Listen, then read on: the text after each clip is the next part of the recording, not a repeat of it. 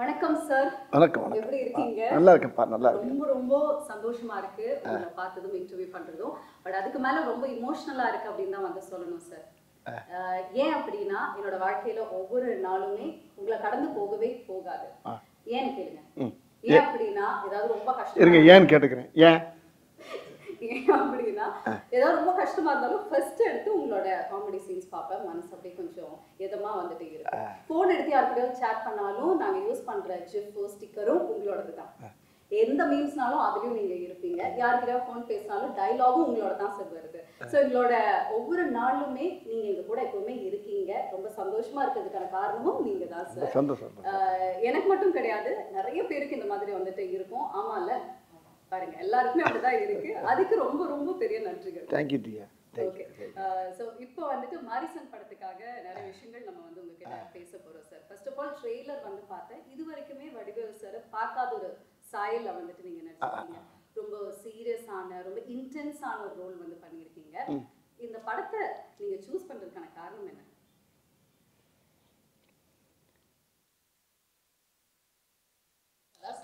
Powerful ice வந்துட்டு தெரியுது.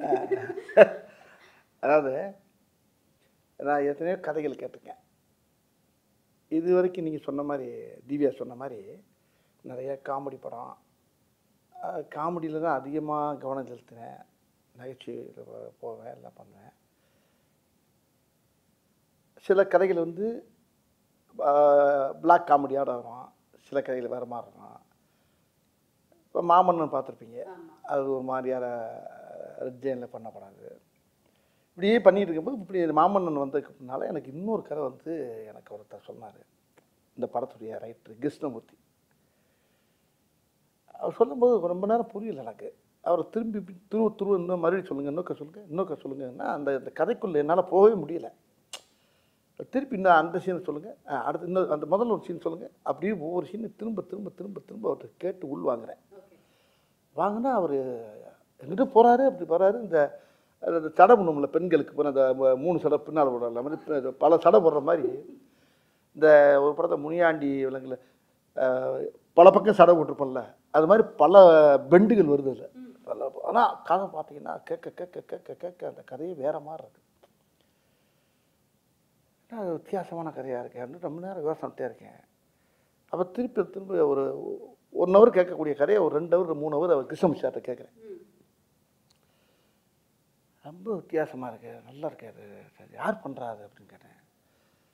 Chowdhury sir super கூட்டிலேருந்து பண்ணுறாங்க சார். அவங்க அவருடைய கோப்பு சார் வந்து முகேஷ் சார் அப்படிலாம் சேர்ந்து எல்லாம் பண்ணுறாங்க.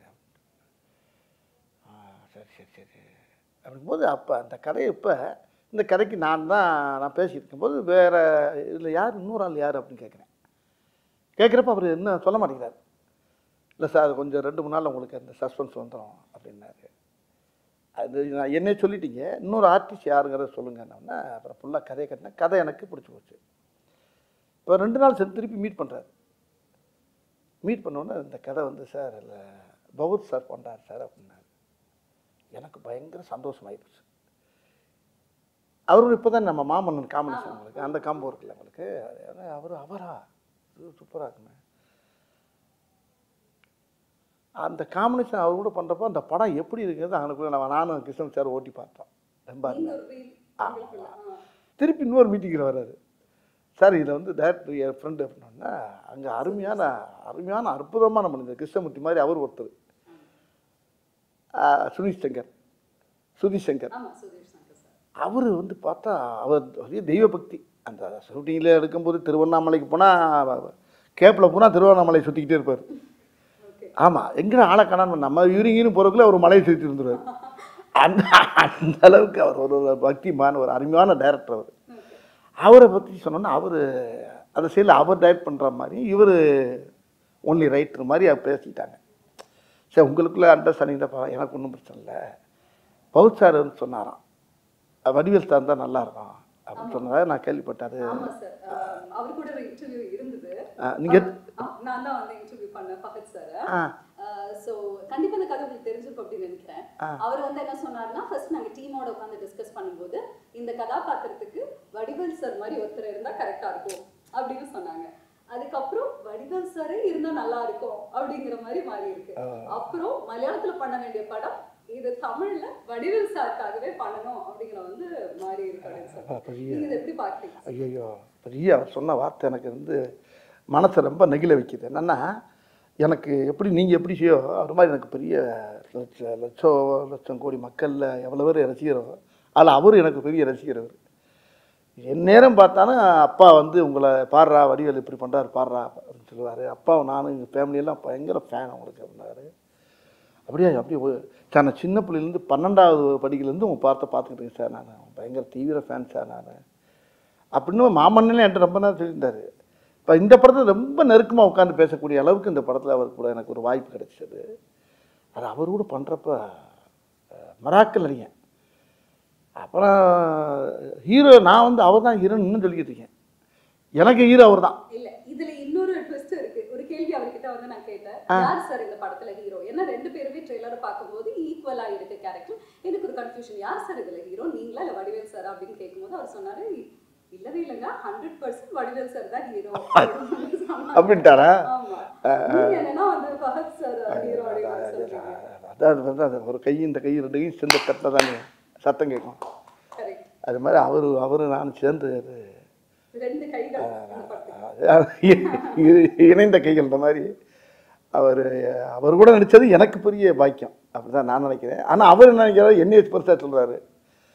எப்படியோ இந்த படத்தில் அந்த கதை வந்து அருமையான கதை தான் அந்த படத்தில் கண்கள். அது அந்த படத்துடைய டைரக்டரும் அந்த டீமே நல்ல டீம். அதெல்லாம் முக்கியமான ஆள் யாராரு கேட்டிங்கன்னா இப்போ நான், அவர் sir Bhagavath sir, director Sudheesh Sankar, Krishnamoorthy sir. அதில் இன்னொரு பெரிய விஷயம்னா நம்ம யுவன் சார். ஆமாம், அது நீங்கள் கேட்கறதுக்கு முன்னால் நான் சொல்லிட்டேனோ. ஆமாம், யுவன் சார் வந்து அந்த படத்தில் அப்படியே தள்ளி இருக்கார். பிரமாமா அவருடைய இசையெல்லாம் கேட்குறப்ப ரொம்ப அருமையாக இருக்குது. அதை விட இன்னொரு ஒரு பெரிய எல்லா டெக்னிக்ஸுமே சூப்பராக. அதில் இந்த கேமராமேன் ஒரு ஆள் இருக்கார், கலைன்னு ஒரு பேர். உண்மையிலே கலை டைப் உள்ளதான் கேமராமேன் கலை. அந்த படத்தை அவரை அழகாக அந்த படத்துக்குள்ளே போகிறப்ப ஒரு மலையாள சினிமாக்குள்ளே போய் நடிச்சு வந்த மாதிரியே இருக்குது எனக்கு. ஆனால் தமிழ் படம் தான். அவங்க என்ன தமிழ் வந்து எடுத்துட்டு மலையாளத்துக்கு போகுது. இப்போ அந்த கதையுடைய போக்கு அது எல்லாம் பார்த்தா நேச்சுரலாக இருக்குது. அந்த லொக்கேஷன் போனப்போ எல்லாம் நான் கேரளா போயிட்டு வர மாதிரியே இருக்கும். நம்ம ஊரில் தான் எடுக்கிறாங்க எல்லாம். அம்பா சமுத்திரம் அங்கிட்டு இங்கே போகிறாங்க, இங்கே திருவண்ணாமலை போனால் ஒவ்வொரு லொக்கேஷன் பார்த்தீங்கன்னா இங்கே ஒரு 35 கிலோமீட்டர் 40 கிலோமீட்டர் மலைக்கு அடியில் அடிவாரம் யானை வர்ற ஏரியா அங்கிட்ட தான் போய் எடுக்கிறது. ஆனால் பார்த்தா அப்படியே அந்த கதைக்கும் அந்த கதையோடு சேர்ந்து பொருள் பார்த்துங்க அந்த லொக்கேஷன். அது அப்போ ஆர்டிஸ்டாக வேலை செய்யவே ஆசையாக இருக்கும். அப்படி ஒரு அழகான ஒரு படம், மக்களுக்கு ரொம்ப கண்டிப்பா ட்ரெய்லர்ல பாக்கும்போதே அவ்வளவு ஃப்ரெஷ்ஷா இருக்கு, அழகா இருக்கு. சீன்ஸும் ஃப்ரேம்ஸும் அதுல உங்க எல்லா பேருமே உள்ள ஆடியன்ஸே கதைக்குள்ள வந்துட்டா பண்ணா படத்தை வெளியே போக முடியும். இன்டர்வல் தான் உள்ள போக முடியும். அது வரைக்கும் கதைக்குள்ளேயே வந்துடுவாங்க எல்லாரும். அப்படி அந்த கதை அந்த ஈர்ப்பு அது எனக்கே ஒரு பெரிய வாழ்க்கையில் கிடைச்ச ஒரு புது அனுபவமாக இருக்கு எனக்கு. Super sir. சரி, இந்த கதை இந்த வடிவில் நான் பார்த்தது இல்லை. ஆமாவா? நான் ஃபஸ்ட்டு வந்தோன்னே எனக்கு இந்த கதையை கட்டு சரி என்ன இது காஸ்டியூம் சார் அப்படின்னு. அப்போ கிருஷ்ணமூர்த்தி சார் தான் வந்தார், ரைட்ரு. வந்து ஒரு சில்லு எடுத்தார். ஒரு ஃபேன் செட்டு போட்டு இன் பண்ணி நிற்கிறேன். இந்த இதுதான் ஒரு சில்லு போட்டு நிற்கிறேன். எனக்கு இந்த ஒரு சில்லு போதும் சார் அப்படின்னாரு. என்ன சார் நிறையா எடுப்பாங்களேண்ணா? ஒன்று இதான் சார். ஓகே சார் அப்படின்ட்டாரு. இல்லை இன்னொரு 10-20 எடுங்க, வேறு மாதிரி எடுப்பா. என் மைண்டு மாறிடும் சார், இதுதான் அப்படின்னாரு. இப்போ இந்த கெட்டப்பில் என்ன பார்க்குறாரு. அப்போ நான் என்ன பார்க்குறேன், மாமன்னனுக்கும் இதுக்கு ரொம்ப சேஞ்சு கிடைக்கல உங்களுக்கு. அது ஃபுல்லாக வேட் ஷர்ட்டோடு வருது. இது ஒரு ஃபேன் போட்டு ஒரு இன் பண்ணி ஒரு பேக்கோடு இருக்கார். பட் இவர் கேரக்டர் அவர் கேரக்டர்னு பார்க்குறப்ப எனக்கே ஒரு புதுசாக இருந்துச்சு. ஒரு வித்தியாசமான ஸ்டைல்ல நான் முதல்ல சொன்ன மாதிரி உங்களுக்கும் ஒரு டிஃபரண்டான எக்ஸ்பீரியன்ஸ், உங்களுக்கும் அந்த மாதிரி தான் இருந்திருக்கு. ஆமாம்மா, நானே ஆடியன்ஸ் என்ன படம் பார்க்கல, நான் நடிக்கும்போது அந்த ட்ரெயிலரை பார்க்கும்போது எனக்கே என்ன கேட்டாங்க, ட்ரெயிலர் பார்த்தீங்கன்னா சார் எனக்கு சார் என்ன கண்ணை கட்டுறது என்ன புரியல, வித்தியாசமாக இருக்குது அப்படின்றது ரொம்ப பெருமையாக இருந்துச்சு எனக்கு. இந்த கதை வந்து நீங்கள் கேட்கும் பொழுது எந்த விஷயம் அப்போ கண்டிப்பா இந்த கதைக்கு நான் ஆக்டா இருக்கேன், நான் இதை கண்டிப்பா பண்ணணும் அப்படின்னு எந்த பாயிண்ட்ல உங்களுக்கு தோணுச்சு சார்? ரொம்ப அருமையான கேள்வி இது. இந்த கேள்வி தான் இந்த பேட்டியிலே ரொம்ப முக்கியமான கேள்வின்னு நினைக்கிறேன். இது எப்படின்னா, இன்னைக்கு இருக்க காலகட்டம், இந்த இந்த நிகழ்காலங்கள் இன்னைக்கு இருக்க, நம்ம இதுக்கு முன்னால் இருக்கிறது வேற மாதிரி இருந்துச்சு, நம்ம வேற மாதிரி பண்ணோங்கிறதெல்லாம் வர விஷயம். இன்னைக்கு காலங்களில் இன்னைக்கு இருக்க இளைஞர்கள் மத்தியில் இன்னைக்கு நிறையா இன்னைக்கு வந்து இந்த இந்த இந்த கதை ரொம்ப ஒரு சமூக விழிப்புணர்வை ஏற்றக்கூடிய சொல்கிற அளவுக்கு இந்த கதையில் அந்த திரைக்கதை அமைஞ்சிருக்க முடியும். ஆமாம், பொதுவாகவே இப்போ நானும் ஹீரோ கிடையாது, யாரும் கிடையாது கூட வச்சுக்கோங்க, இந்த கதை தான் ஹீரோ. அவ்வளோ அற்புதமான விஷயத்த டைரக்டரும் கதாசிரியர் இந்த படத்தை ரொம்ப அருமையாக இயக்கியிருக்காங்க. ரொம்ப முக்கியமான விஷயம் என்னென்னா, மக்கள் இந்த படத்தை பார்க்குறப்ப ஒரு ரொம்ப பேருக்கு ஒரு பெரிய விழிப்புணர்வாக இருக்கும். அது ஒன்று. இதில் நடிச்சிருக்க ஆர்டிஸ்ட் அத்தனை பேருமே இந்த கதையோட நல்லா பின்னி பிணைஞ்சிட்டாங்க. எல்லா பேருமே. இதில் பவுட் சார் கிடச்சது வந்து இந்த படத்துக்கு அது இன்னும் மெருகேற்றி இருக்குது. அதுதான் இன்னொன்று அந்த இப்போ இந்த ட்ரெய்லரை பார்த்து எல்லோரும் ஆளுக்கு ஒரு கதை எழுதுறாங்க, ஒவ்வொரு கதையாக எழுதிட்டு வர்றாங்க. இப்போ அந்த கதையில் 4-5 கதை எங்களுக்கு கிடச்சிருக்கு. அதே டைரக்டர் ஆட்டையை போட்டு பண்ணலாம்னு இருக்காரு. ஆமாம், இல்லை அவங்க சொன்னது அது புதுசாக இருக்குது, அது ரொம்ப இன்ட்ரெஸ்டிங்காக இருக்குது. ட்ரெய்லரை வச்சு அவங்க ஒரு கதை சொல்லிட்டு இருக்காங்க, இது நல்லா இருக்கே, இது அது இது அதோட இது ஒரு ஒவ்வொன்றும் ஒரு மாதிரியாக இருக்குது.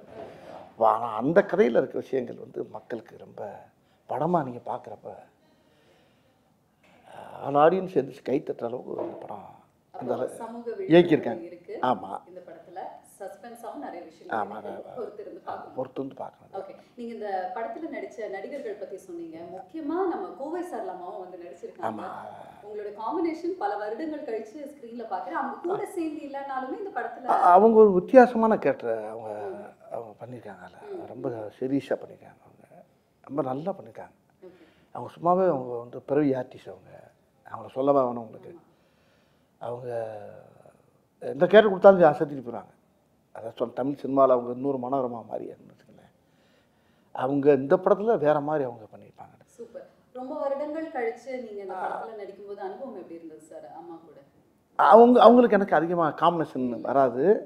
அப்படி இருந்தாலும் ஒரு சில இடத்துல காம்பினேஷன் இருப்போம். அவங்க ஒரு போலீஸ் ஆஃபீஸராக வராங்க, அது வேற மாதிரி இருக்காது. சரி, இந்த கதாபாத்திரத்துக்கு டெஃபினட்டாக ஒரு டிஃப்ரெண்ட்டான லுக் உங்களுக்கு வந்துட்டு இருக்கு. பட் நீங்கள் எப்படியெல்லாம் வந்து ட்ரெயின் எடுத்தீங்க சார்? ஏதாவது ட்ரைனிங்கோ இல்லை இதுக்கு வந்து நீங்கள் ஏதாவது ஸ்பெஷலாக ரிஹர்சல்ஸோ அந்த மாதிரி ஏதாவது? இல்லை இல்லை இல்லை இல்லை இல்லை அந்த கதையை நல்லா உள்வாங்கினேன். ஒரு தடவைக்கு 100 தடவை உள்வாங்கினேன். வாங்கி அந்த கதாபாத்திரத்தை வந்து உள்வாங்கும் போது எனக்கு அதான் சொல்லலை, படம் ரிலீஸுக்கு முன்னால் இன்னும் இந்த கேள்விக்கெல்லாம் சரியான விட கொடுப்பேன் நான். என்ன இது முடிஞ்சதுக்கு அப்புறமா நீங்க எல்லாத்தையும் வந்து சொல்லியிருந்திருப்பீங்க. கொஞ்சம் யோசனை வேண்டியா இருக்கு. ரொம்ப அதை நிறையா உள்வாங்கும் போது இந்த கதை இன்னைக்கு சமுதாயத்துக்கு தேவைப்படுது, சொல்லணும், இந்த கதையை சொல்லி ஆகணும். அதுக்கு என்னை தேர்ந்தெடுத்தது வந்து பகவத் சாருங்கும் போது ரொம்ப பயங்கர ஆச்சரியமாக இருக்கு எனக்கு. இல்லை, மாமன்னன் படம் அப்போ கூட மாரி செல்வராஜ் சாரும் அண்ட் உதய சாரும் வந்து சொல்லியிருந்தாங்க, என்னதான் வந்துட்டு எல்லாருமே இருந்தாலும் ஃபஹத் சாருக்கு வந்து செட்டில் சரி எப்பவுமே வந்து வடிவேல் சார் மேலே அவ்வளோ ஒரு பிரியம். சீக்கிரமா வந்து அவர் கூட போய் உட்காந்து பேசுவாங்க, நிறைய விஷயங்கள் உட்காந்து பேசிட்டு இருப்பாங்க அப்படின்னு எல்லாம் வந்து சொன்னாங்க. என்ன மாதிரி விஷயங்கள் வந்து நீங்க அவ்வளோ டிஸ்கஸ் பண்ணுவீங்க? அண்ட் உண்மையாலுமே அவருக்கு உங்க மேல அவ்வளோ பிரியம், பட் எந்த அளவுக்கு உங்களை அந்த ஒவ்வொரு சீனையும் அவர் சொல்லுவார் என்கிட்ட. நான் நடித்த சீனை பூரா அவர் சொல்லி காட்டுவார் எனக்கு. நான் அவர் படம் ரொம்ப அதிகமாக கொஞ்சம் கம்மியாக தான் பார்த்துருப்பேன். ஆனால் என்ன அவர் படிப்படியாக பார்த்துருக்காரு. ஒவ்வொரு படத்தையும் பார்த்து அந்த காமெடி அவர் சொல்லி சொல்லி சிரிப்பார் என்கிட்ட. சொல்லும்போது எனக்கு அப்புறம் நான் அந்த காமெடி எப்படி நடந்துச்சு, எப்படி நடந்துச்சு, இப்படி ஒவ்வொரு சம்பவத்தையும் ஸ்பாட்டில் என்ன நடந்துச்சு, நான் நடித்த இடங்களை அப்புறம் சொல்லிவிட்டு அவரை சிரிக்க பற்றிருப்பேன். ஆமாம், அது எத்தனை தடவை பார்த்தாலும் அவர்கிட்ட நிறைய இன்னும் சொல்லிக்கிட்டே இருப்பேன். அவரும் சிரிச்சுக்கிட்டே இருப்பார், அவர் கைத்தட்டி சிரிச்சுக்கிட்டு இருப்பார். அந்த மாதிரி மாரிசன் படத்தோடைய ஷூட்டிங் ஸ்பாட்ல ஏதாவது இன்ட்ரெஸ்டிங்கான சம்பவங்கள் நடந்திருக்கா சார்? இந்த படத்துலையா? அது நிறையா நடந்திருக்குது. நிறையா ஏகப்பட்ட காமெடி நடக்கும். இப்போ நானே அவருக்கு ஏதாவது சொல்லுவேன்ல, அவர் சொன்னோன்னே டக்குன்னு இவர் வந்து சார் இந்த இடத்துல இது வச்சா நல்லா இருக்குமா அப்படின்னா டக்குன்னு அவர் டக்குன்னு அவரை பார்ப்பார். கிருஷ்ணமூர்த்தியை ரைட்ரு ஒன்று ரைட்ரு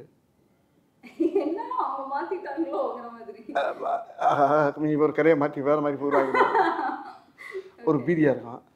ஒன்று இவர் ரைட் சொல்லுவார் ஆனால் அது வேணுமா அது வேணுமா ஏன்னா அவர் கதையில் ஆனால் அதில் சேரும் அது அந்த அந்த டைலாக் சேரும் ஆனால் அவருக்கு ஆசையாக இருக்கும் அவருக்கு பௌத்ஸாக இருக்கு ஆனால் அவர் நல்லா இருக்கே அப்படிம்பாரு.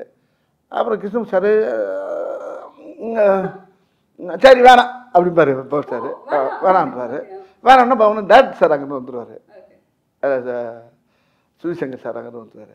என்ன என்ன அப்படின்பாரு. இல்லை இது நல்லா இருக்கேன் அப்படிம்பாரு. ஒன்று அவங்க 3 பேரும் மலையாளத்தில் பேசிட்டு இருப்பாங்க. நான் ஒரு ஆள் மட்டும் இந்த திக்கு தெரியாமல் திசை தெரியாமல் பாச தெரியாமல் அப்படியே நின்றுக்கிட்டே இருப்பேன். இது என்ன பார்ப்பேன் என்ன பேசுகிறாங்க, பேசாமல் வீட்டுக்கு அனுப்பிடலாங்கிறாங்களா என்ன பேசி 3 பேரும் மலையாளத்தை பேசிகிட்டே இருப்பாங்க. நான் அதான் சொல்லலை, தினம் மலையாள ஷூட்டிங் போயிட்டு வந்த மாதிரி இருக்கும். ஆமாம். அப்புறம் அவங்க எவரைய பற்றி கிருஷ்ணன் சார் பதறுவார். சார் வேணாம் சார் தெரியாமல் கேட்டு தொலைங்க விட்டு தொலைங்க அப்படி. இல்லை சார் ஓகே சார் அப்படின்பாரு. இல்ல ஃபஹத் சார் ஒரு விஷயம் வந்து சொன்னாரு, சீரியஸான ஒரு சீன் நாங்க நினைச்சிட்டு வருவோம், ஆனா வடிவேல் சார் உடனே பின்னாடி வந்துட்டு அதே சீனை அவர் ஒரு காமெடியான ஒரு வேலை அப்படி சிலது வைக்கப்பட்டது இருக்கு, வேணான்னு சொன்னது இருக்கு. இப்படி சில விஷயம் ரொம்ப எனக்குள்ள ரொம்ப சுவாரஸ்யமா ஜாலியாக எடுத்துக்கிறோம் நாங்கள். அதே மாதிரி அவர் நிறையா சொல்லுவார். டைரக்டர் ரொம்ப அவர் இல்லை நாங்கள்லாம் ஒன்று யோசிப்போம், ரைட்டர் ஒன்று யோசிப்பார், டைரக்டர் அங்கே புதுசாக ஒன்று சொல்லுவார். அந்த இடத்துல அப்படி சேர்ந்து இந்த ஸ்பாட்லேயே அது அந்த இடத்துல மாற்றுவோம், நல்லாயிருக்கும். நல்ல டீம் இல்லை இடையில அவர் வந்துடுவார். சில நேரத்தில் இந்த தமிழில் சில வார்த்தை எங்களுக்கு புரியாது. அவர் ரைட்டர் நல்லா தமிழ் பேசுவார் கிருஷ்ணமூர்த்தி சார். அவர் டைரக்டர் சார் கொஞ்சம் தமிழில் அப்படியே தாரா பா ஆ பா ஓ ஆ அப்படின்னு போயிட்டு வருவார். இது மலையாளம் இல்லை நீங்கள். அப்புறம் அங்கேருந்து கேமராமேன் வர என்ன என்ன ஓ இதா சார் இது இந்த தமிழில் வந்து இது வரும் சார், மலையாளத்தில் அப்படி வரும். ஓ சார் அப்படியா இது இப்படி சொன்னால் நல்லா இருக்கு அப்படி இப்படி 2 பேரும் அந்த அந்த எல்லாம் தாய் இல்லையா எல்லாம் பூரா அதானே ஒரு தாய் பிள்ளை தானே எல்லாம் நாங்கள்லாம் சேர்ந்து 2 மொழியும் சேர்ந்து அதில் விளாண்டுருப்போம் பாருங்கள். பிரமாமா உண்மையிலே நல்ல அனுபவம், நல்ல படம், மக்களுக்கு சொல்ல வேண்டிய ஒரு நல்ல விஷயத்தை விழிப்புணர்வாக்குற அளவுக்கு ஒரு படத்தை கொடுத்துருக்காங்க. Super sir, very nice. இதுல ரொம்ப ஒரு டீப்பான விஷயம் என்னன்னா அல்சைமர்ஸ் பேஷண்டா வந்து நீங்க நடிச்சிருக்கீங்க, அதாவது மறந்து போற ஒரு விஷயம். ஸோ அந்த மாதிரி கதையை தாண்டி நிஜ வாழ்க்கையில நீங்க ஏதாவது மறந்து போய் எங்கேயாவது மாட்டின அனுபவங்கள் இருக்கா? நல்ல வார்த்தை அது. இது எப்படின்னா எல்லாருக்குமே இந்த வியாதி இருக்கு, எல்லாருக்குமே அந்த வியாதி இருக்கு. இந்த வியாதி இல்லாதவங்களே கிடையாது. ரொம்ப பேரும் இது ரைட்டர் வந்து என்கிட்ட சொன்னபோது கிருஷ்ணன் சார் சொன்னாருன்ற. இப்போ பொதுவாக பாருங்கள் நம்ம வீட்டில் நம்ம இல்லை நம்ம அம்மாவாக இருக்கணும் ஒய்ஃபாக இருக்கணும், அந்த கார் போயிட்டு இருக்கணும் 50 கிலோமீட்டருக்கு அங்கிட்டு ஐயோ வீட்டை அதை மறந்து வந்துட்டு ஐயோ ஐயோ வண்டியை தப்புங்க இதை வச்சுட்டு பேக்கை வச்சுட்டு வலையில் வச்சுட்டு அப்படி ஒரே ஒன்று பார்த்தா அவன் டிரைவர் என்ன செய்யாது அவன் ஓட்டிக்கிட்டு இங்கே ஃபேமிலி கத்துற பாட்டு ஒரே ஏதோ ஒரு பேக்கை வச்சுட்டு வந்துட்டாலாம், அவன் ஓரமாக வண்டியை நிப்பாட்டிட்டான். ஏப்பா எப்படி கொண்டு வர முடியுமா? எங்க 70 கிலோமீட்டர் வந்தாச்சுங்க. இப்படிலாம் நடக்கும், நிறைய பார்த்துப்போம் வாழ்க்கையில், எல்லார் வீட்லையும். எல்லார் வீட்லையும் அது பெரிய ஒரு முக்கியம். அந்த மறக்கிறது ரொம்ப. இப்போ பாருங்க நான் இப்போ காரில் வந்துருக்கேன், துண்டை மறந்துட்டேன். இந்த துண்டை வீட்டில் வச்சுட்டு வந்தா கையில் துண்டு இல்லாமல் இருக்க முடியாதா, ஐயோ அந்த தவளை காணாமடான்னு சொல்லிட்டு வந்தேன். வெளியே வந்து பார்க்குறேன் டவுசர் பையில் இருக்கு, இங்கே என்ன இருக்குது அந்த ஆட்டை தோலில் போட்டு தேடுவாங்கல்ல, அது மாதிரி நிறைய விஷயங்கள் மறதிங்கிறது வந்து வாழ்க்கையில் மனுஷனோட ரொம்ப கலந்துருச்சு இன்னைக்கு. அப்போ அந்த மறதிங்கிறத எப்படிங்கிறத அந்த இடத்துல அது எனக்கு இந்த கதையில் வந்து ரொம்ப உதவியாக இருந்துச்சு. ஓகே, நிஜ வாழ்க்கையில் என்ன சார் நினைக்கிறீங்க? இது ஒரு பர்சனல் குவெஸ்டன். மறந்து போகிறது வந்துட்டு அது ஒரு பாசிட்டிவான விஷயமா இல்லை அது ஒரு நெகட்டிவ் அப்படின்னு நினைக்கிறீங்களா? ஏன்னா நிறைய சம்பவங்கள் நம்ம மறந்தா போதும் அப்படின்னு வந்து தோணும், அதனால நிறைய நெகட்டிவும் இருக்கு. பட் நீங்க எப்படி சார் இதை பார்க்க? ஆமாம், அது மறதிங்கிறது வந்து பெரிய ஆபத்தான விஷயம் இல்லை. மறதிங்கிறது எவ்வளோ பெரிய விஷயம். டைரக்டர் என்கிட்ட சொன்னார், முதல்ல நேரத்தை மறக்கிறது, அப்புறம் இடத்த மறக்கிறது, அப்புறம் தன்னை மறக்கிறது. தன்னை மறந்தாச்சுன்னா உயிரோடு இருந்து பிரயோஜனம் இல்லை. அப்படி ஒரு வியாதி எனக்கு இந்த படத்தில். அதுக்கப்புறம் கல்யாணம் எனக்கு அப்படி ஒரு வியாதி எனக்கு அந்த படத்தில் இருக்குது. அதைத்தான் நானும் படத்தை பார்க்கணும்னு ஆசையாக இருக்கேன். இன்னும் பார்க்க நான் ட்ரெய்லர் பார்த்துட்டு தான் இருக்கேன். ஏன்னா இந்த ட்ரெய்லர் பார்த்ததுக்கு அப்புறமாவே ரொம்ப ஆசை இருக்கு, எப்படி கதை போகும், ஒரு காம்பினேஷன். ஆக்சுவலி இந்த 2 பேருக்குள்ள என்ன காம்பினேஷன்ல வந்து டிராவல் பண்ணி, ஏன்னா அவர் திருட அப்படிங்கிறது வந்து தெரிஞ்சிச்சு ட்ரெயின்லயே, நீங்க ஒரு பேஷண்ட், பட் இவங்களுக்குள்ள இருக்கக்கூடிய அந்த ஒரு உறவு என்ன, எப்படி போகுது, எப்படி முடிய போகுது அப்படின்னு தெரிஞ்சுக்கிறதுக்கு எங்களுக்கு ரொம்ப ரொம்ப ஆவலா தான் இருக்கு. நீங்க வந்து சொன்னீங்க லொகேஷன்ஸ் எல்லாம் அவ்வளோ அருமையா இருக்கு, சூப்பரா இருந்ததுன்னு. முழுக்க முழுக்க ஒரு ரோட் ட்ரிப் கதை மாதிரி வந்துட்டு ஃபீல் ஆகுது. அந்த மாதிரியா சார்? நீங்க அப்படி பேசிட்டே கதையை பூரா கேட்குறீங்களா இப்போ? ஆமாம், படம் பாருங்க. படத்தை பார்த்துட்டு அடுத்து இன்னொரு பேட்டியில் வெட்டி உள்ள அலுவல் இருக்குல்ல. இப்போ இன்னொரு விஷயம் என்னன்னா, இப்போ சௌத்ரி சார் எனக்கு பேசினார். இப்போ உங்களை பேசுறதுக்கு முன்னால் என்கிட்ட பேசினார். இந்த படத்துடைய producer super good Chowdhury sir பேசினார். வடிவேல் படத்தை பார்த்தேன், பயங்கர சந்தோஷமாக இருக்கேன் நான். ஆனால் என்ன சௌத்ரி சார் என்ன ராமாவடியில் 98வது படம் அது. எனக்கு ரொம்ப ரொம்ப ரொம்ப ரொம்ப ஹாப்பியாக இருக்கேன் ஐயா நான். ஆமாம், நல்லா பண்ணியிருக்கேன், பகுத்து நல்லா எல்லாமே நல்லா பண்ணியிருக்கீங்க. நான் சொன்னேன், தமிழ் சினிமாவுடைய ஜாம்பவான நீ தான். ஒரு கதையை செலக்ட் பண்ணால் சாமானியமாக செலக்ட் பண்ணி அதை வந்து ஓகே சொல்ல மாட்டேங்க. அப்படியே ஓகே சொன்னாலும் ஒரு ஆளை கூப்பிட்டு பாராட்டுறது ரொம்ப ரேர் எனக்கு தெரிய. ஆமையா, உனக்கு தெரியுமில்ல என்னை பற்றி, நான் உன்னை கூப்பிட்டு பாராட்டுறேன்னா எனக்கு அவ்வளோ உன்னை பாராட்டுன்னு 2 நாளாக உங்கள் நம்பரை கேட்டு நான் பேசி தேடி ஒரு கேட்டுக்கிட்டேன். அதனால் ஒன்றே பிடிக்க முடியல, நீ கொஞ்சம் பிஸியாக இருந்த ஒரு அப்படின்னாரு. அப்போ நான் அந்த பிரபுதேவா படத்தில் டிஸ்கஷனில் நானும் போய் கொஞ்சம் கலந்து போய்கிட்டு இருக்கேன். பவர் நானும் பண்ணுறோம் ஒரு படம். ஆமாம் ஆமாண்ணே, ஆமாம் ரொம்ப நல்லா இருக்கு அப்படியில. அது பெருவாயால் சொல்கிறது வந்து பெரிய தேசிய அவார்டு கிடைச்ச மாதிரி எனக்கு. அந்த படத்தை அவர் பாராட்டுனது தான் எனக்கு வந்து பெரிய வெற்றி இந்த படத்தை. சரி, இந்த படத்துல இருந்து மக்கள் வீட்டுக்கு போகும்பொழுது என்ன மாதிரி ஒரு எக்ஸ்பீரியன்ஸ் இருக்கும்னு நினைக்கிறீங்க? அப்போதான் முழுமையாக ஏற்றுக்குறாங்க அந்த படத்தை. படத்தை ரொம்ப ரசிப்பாங்க. இது இந்த அதான் சொல்லலை, இந்த படம் வந்து முக்கியமாக அன்றைக்கி வந்து ஜனங்கள் மத்தியில் அது வந்து ரொம்ப பெரிய உஷாரம் உண்டாக்கும். ஜனங்கள் மத்தியில் ஒரு விழிப்புணர்வு வரும், பெரிய உஷாரம் உண்டாக்கும், பெரிய ஒரு மாதிரியான ஒரு படம் அது. காத்திருப்போம். அண்ட் உங்களுக்கு மாரிசன் படம் எந்த அளவுக்கு ஸ்பெஷல்? மாரிசன்ற டைட்டில் எனக்கு ரொம்ப வித்தியாசமாக இருந்துச்சு. நான் டைட்டில் என்ன வச்சுருங்கப்ப அப்போ டைரக்டர் விமர்சனம் சொன்னாங்க மாரிசன். மாரிசன்கிறது மீனிங் என்னன்னு கேட்டேன் நான். அதுக்கு மீனிங் சொன்னார்.